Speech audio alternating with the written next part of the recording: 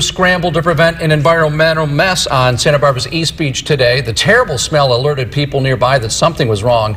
News Channel 3 senior reporter John Palmentary joins us live from East Beach. And John, the Coast Guard and the Santa Barbara Fire responded quickly. They certainly were on the scene here, and it is a lot cleaner down here at East Beach now that the two vessels have been removed by the crew, which just now left the scene. But when they got here, one of the boats, the sailboat, was leaking while it was jammed into the sand, and some volleyball players nearby were very concerned that there could be environmental damage to the ocean.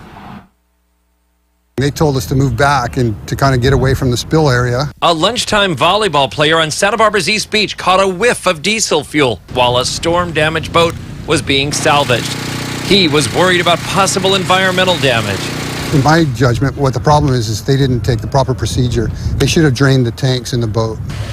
Yeah, and I don't believe they did that based on the appearance of the pool of diesel and the smell.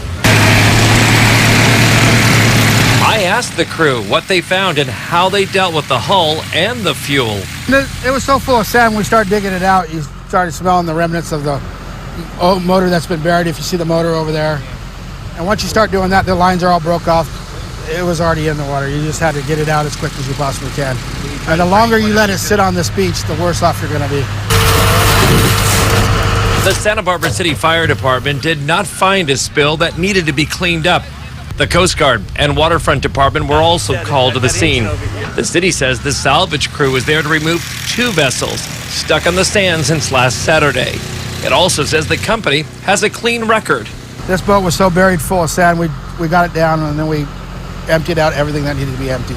The work was done with heavy equipment, hand tools, and picking up the smaller pieces by hand. The rising tide made the job much soggier than the vessels that end up higher up on the sand. And a sand berm was built to contain the area. The crew said once the two vessels that they were here to pick up were removed, they would groom the beach before leaving.